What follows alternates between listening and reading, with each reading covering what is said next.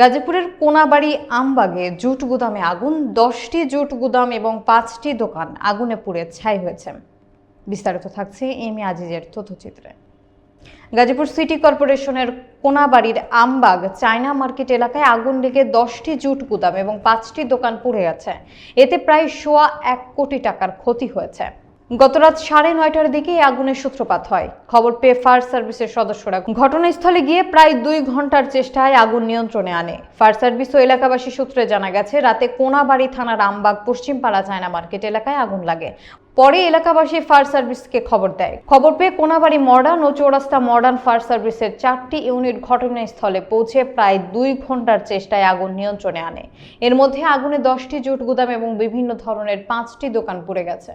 তবে আগুনের সূত্রপাত জানা যায়নি। কোনাবাড়ি মডার্ন ফায়ার সার্ভিসের word house inspector Saiful Islam জানান, খবর পেয়ে ফায়ার সার্ভিসের 4টি ইউনিট ঘটনাস্থলে পৌঁছে প্রায় 2 ঘন্টার চেষ্টায় আগুন নিয়ন্ত্রণে আনে।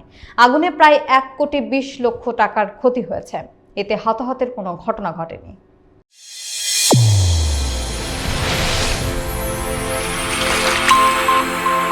চ্যানেল A1 হৃদয়ের